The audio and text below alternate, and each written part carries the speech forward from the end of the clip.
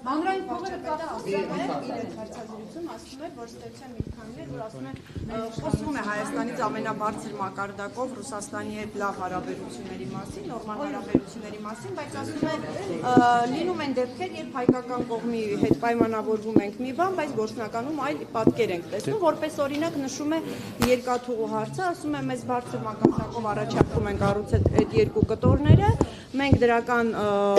քննարկում ենք եւ դրական արձագանք ենք տալիս եւ դրան հաջորդում է վարչապետի հայտարարությունը հարցազրույցի տեսքով ընդ որում, որտեղ ինքը արդեն այլ առաջարկ է անում առհասարակ կառավարման իրավունք այլ երկրի հանձնելու, սա որպես օրինակ է նշում եւ հաջորդը ասում է եկել է այն մոտենում է Հայաստան այն կետին, երբ մենք պետք է հնարավոր է վերանայենք Հայաստանի հետ մեր տնտեսական հարաբերությունները, համագործակցությունը։ Հիմա դուք ասում եք ամբողջական այս հայ-ռուսական հարաբերությունների հետ կապված հարցերը փուչիկ են Հայաստանի։ Ես այդպես բան չեմ ասում։ Չէ, լարվածություն եւ այլ խնդիրների մասին։ Շատ լավ, ուրեմն այս երկու հայտարարությունները դուք ասեք ինչի մասին են խոսում։ Նախ Ռուսաստանից տարբեր ընդհանրապես համաձայն չեմ եւ դրա մասին շատ է խոսվել, այդ թվում վարչապետն է խոսել, կրկնելու կարիք չեմ տեսնում։ Պետք է ասեմ, բայց այս խոսակցությունները, այս թեմաները նոր չեն, այսինքն նախորդ տարի էլ է խոսվել դրա մասին, դրա նախորդ տարի էլ է խոսվել դրա մասին։ Ինչպես տեսել եք, ոչ մի կատաստրոֆիկ բան տեղի չի ունեցել։ Ռուսաստանը մեր բարեկամ երկիրն է, մենք շարունակում ենք մեր բարակարգման հարաբերությունները։ Մի խանգարեք հեռախոսով գնացեք հեռու խոսեք, էլի գիտեմ որ շատ դաստիարակված եք, բայց գնացեք հեռու խոսեք։ Եվ մենք շարունակելու ենք շատ բարեկամական մթնոլորտում քննարկել, բնականաբար ոչ բոլոր հարցերի շուրջ եք համաձայն լինելու։ Հիմա օրինակ Ռուսաստանից այլ բաներ են հնչում։ Օրինակ ասում են, որ ասենք, չգիտեմ, Ազատություն ռադիոկայանը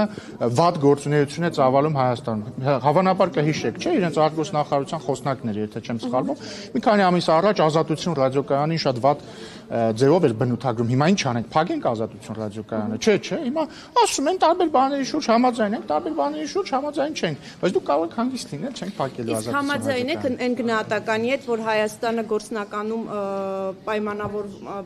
պայմանավորվում է այլ բան, բայց գործնականում անում է այլ եւ այս երկու օրինակը, պարոն Ռուբինյան, ես կարծում եմ, որ ի հեճուկս բոլոր պնդումների, որ Ազատություն ռադիոկայանը Հայաստանում վատ գործունեություն է ծավալում, հակառուսական գործունեություն է ծավալում, մենք այդ որակումներին համաձայն չենք եւ կարծում ենք, որ Ազատություն ռադիոկայանը կարող է ազատ շարունակել իր գործունեությունը պայմանով, որ կհրապարակի իր ֆինանսական աղբյուրները, ինչ անում է, դեպ օրինակ ոչ մի բան չեմ կարող ասել Ազատություն ռադիոկայանի, որտեղ բոլորը գիտեն, որ ԱՄՆ կառավարությունն է ֆինանսավորում։ Երևանի եւ Մոսկվայի միջև եղածի հետ կապված է։ Դե ես ասացի, ես երկաթուղու վերաբերյալ մեր դիրքորոշումները հայտնի են, վարչապետ Փաշինյանը ասել է նաև, որ մենք չենք պատրաստվում Ռուսաստանի մեջքի ետևում ինչ-որ բան անել, չենք ուզում որևէ հարց սրել, բայց մենք ունենք կոնկրետ խնդիր եւ այդ խնդիրը քննարկում ենք, քննարկման փուլում է այսքան բան, որևէ չգիտեմ, աշխարհացունց բան տեղի չի ունեցել եւ չի ունենա հանգիստ եղել։ Եթե Հայաստանի շահերից չի բխում ռուսական կառավարումը, այդ դեպքում ես ձեր բոլոր հարցերին արդեն պատասխանեցի, մանավանդ որ ձեր հարցերի մի մասը դուք ի ուրախություն բոլորիս նաեւ հնարավորություն եք ունեցել տալ անձամբ վարչապետ Փաշինյանին, նախորդ շաբաթ էլ եք տալիս, երբ որ կառավարության նիստից հետո հարց ու պատասխանել բոլոր հարցերին ձեր սպառիչ պատասխանել Կարապետյանն ասում է դուք իրենք ամեն ինչ անում են հանուն Հայաստանի, ամեն ինչ զոհաբերում են։ Իսկ դուք օրինակ Իսկ ինքը հանուն Հայաստանի չի պատրաստվում զոհաբերի ռուսական եւ կիպրական անձնագրերը։ Գիտեմ, բայց ասում եք դուք Դե գուցե սկզբի համար զոհաբերի իր կիպրոսյան եւ ռուսաստանյան անձնագրերը։ Օրինակ նույն ձև էս ինչ որ տրենդ է, հա, ոնց որ փրկիչների մոտ ամեն մեկը մի 6 երկրի քաղաքացիություն շալակած գալիս են երկիրը բան փրկելու, ասում ես լավ, իսկ գուցե այն Բագրատ սրբազանել ճակերտների մեջ, չէ՞, կանադայի քաղաքացիներ, երբ որ ասում են գուցե դուք զոհաբերեք ձեր կանադայի քաղաքացիությունը, չէ, այտենց չէ զոհաբերում։ Այսինքն իրանք ուզում են գան դառնալ վարչապետ, բայց մի հատ պրիմիտիվ օտարերկրյա քաղաքացիությունը չեն ուզում զոհաբերեն, որ այս ժողովուրդը հասկանա, որ լավ, այս մարդիկ կատարածու չեն, մանկլավիկ չեն։ Ում կատարածուն են, պարոն Ռուբինյան։ Չգիտեմ, ում կատարածուն են, հաստատ ոչ Հայաստանի ժողովրդի։ Ինչ։ Ելույթի փաստ։ Ում ելույթի։ Ես վստահ չեմ, որ դա իր ելույթն է։ Ես վստահ չեմ, որ դա իր ելույթն է։ Ես պետք է գնահատեմ այն փաստը, որ նախ ես չգիտեմ իրոք դա արհեստական բանականություններ թե ինքն էր խոսում, բայց եթե ինքն էր խոսում, գնահատում եմ, որ 5 րոպե 20 դուբլով խոսելուց ինսուլտ չի խփել նրան, ես գնահատում եմ, որ կենթանի է մնացել այդքանից հետո, հույս ունեմ հաջորդիվ օրինակ ինքը հնարավորություն կստեղծի, որ դուք բոլորով գնաք եւ իրեն հարցեր տաք, չէ՞ որ ինքը ժողովրդավար է, ուժեղ է, չէ՞ նա, շատ ուժեղ է։ Ես վստահ եմ, որ ուժեղ Սամվել Կարապետյանը ոչ մի դեպքում չի վախենա ձեր հարցերից։ Ես վստահ եմ, որ Նարեկ Կարապետյանից ուժեղ Սամվել Կարապետյանը, սա շատ կարևոր է, ուժեղ Սամվել Կարապետյանը չի վախենա պատասխանել Նարեկ Կարապետյանի մեկ հարցից։ Կիրակոսյան, հազար ներողություն Նարեկ ջան։ Նարեկ Կիրակոսյանի մեկ հարցից չի վախենա Սամվել Կարապետյանը։ Ես վստահ եմ, որովհետև նա շատ ուժեղ է։ Ես վստահ եմ, որ Շողիկն էլ հո Կարապետյանն է։ Գալստյան, հա։ Շողիկ Գալստյանի,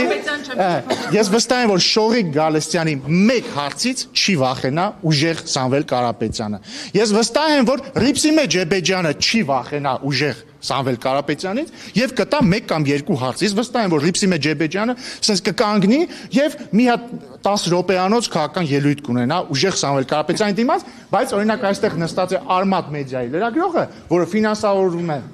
ուժեղ Սամվել Կարապետյանի թիմակիցների կողմից, այ վստահ եմ, որ Արմատ մեդիայի լրագրողը իհարկե մեծ հաճույքով հարցեր կտա Սամվել Կարապետյանին։ Խնդրում եմ